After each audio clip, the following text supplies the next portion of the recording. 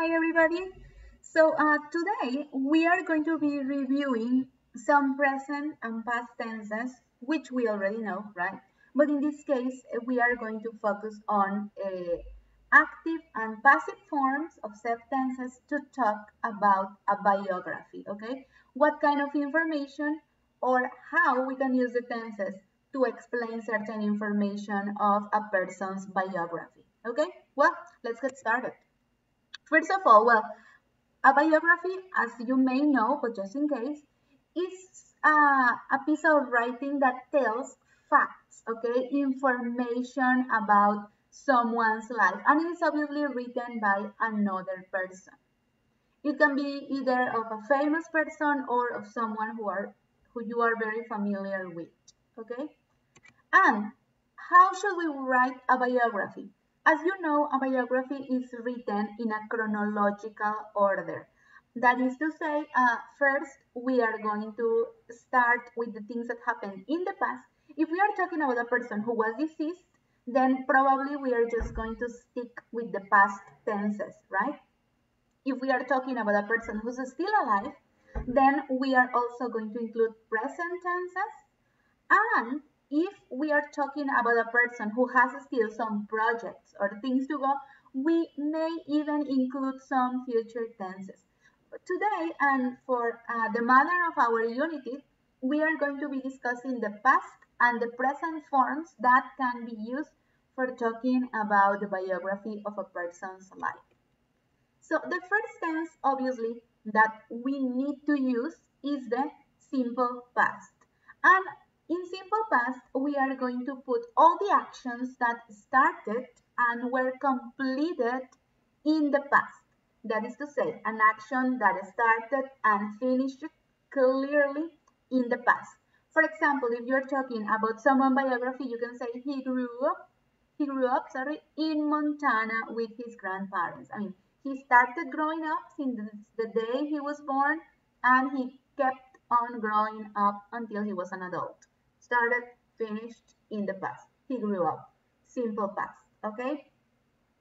Then we can also use a past continuous.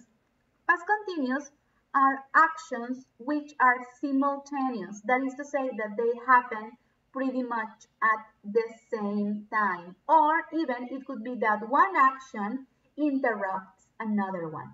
Okay? So, past continuous, we can say things, for example, such as, while she was at college, she was working in her clothes design.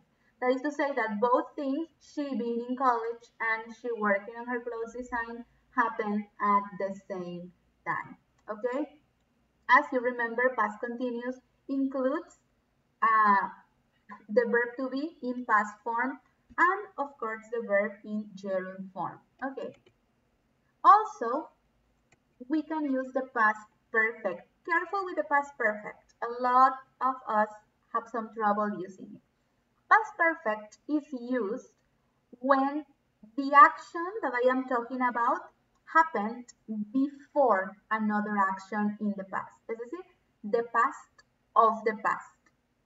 This is the present, this is the past, and then we have an action that happened even before the past. That is the past perfect. Let me just show you an example. We can say that she had visited other companies before they hired her. So they hired her, but before that, in the past, she had visited other companies. Okay? So you have to be careful because a clear indication of past perfect is the expression before or by the time that.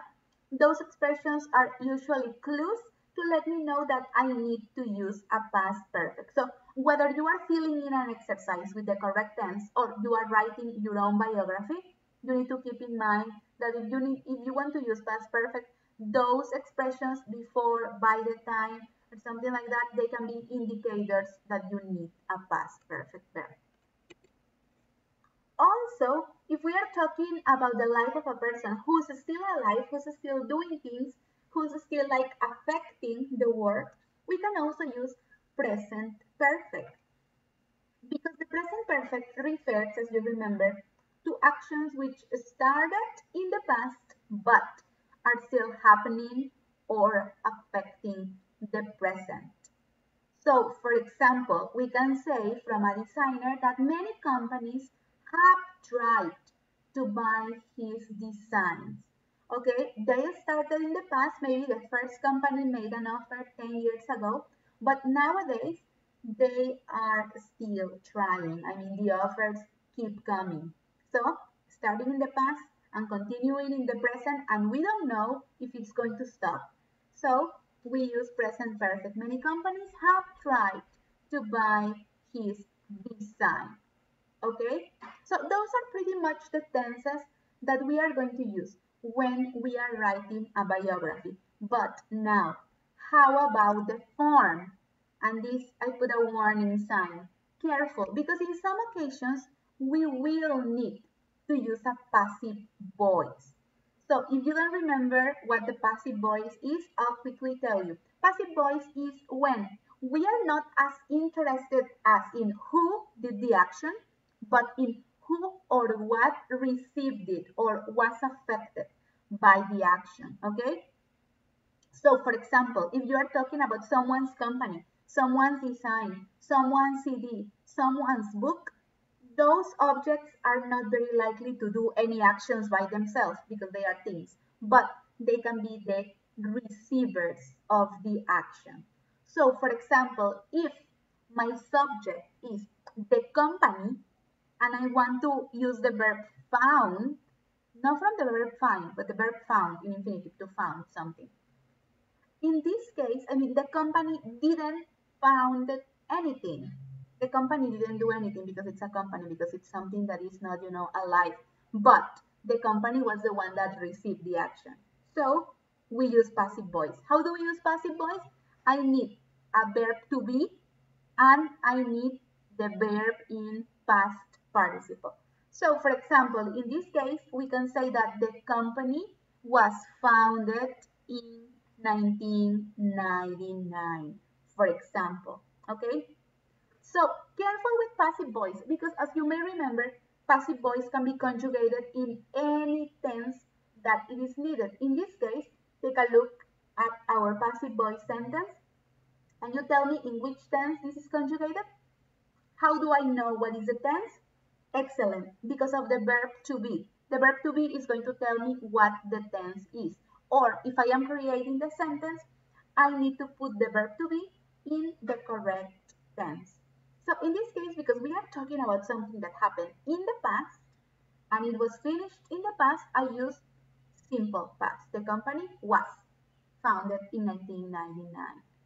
But if I am talking about, for example, the past of the past, for example, if I want to say that it happened before something, it could be, for example, the company had been founded by the time he graduated, okay? Or if we are talking in, let's say, present perfect, we can say that the company had been, I don't know, tried to be bought by other companies. Okay? So, when you are using passive voice, we need to use a little bit of common sense to know, a ver, ¿será que la compañía hizo eso? Or it was done to the company.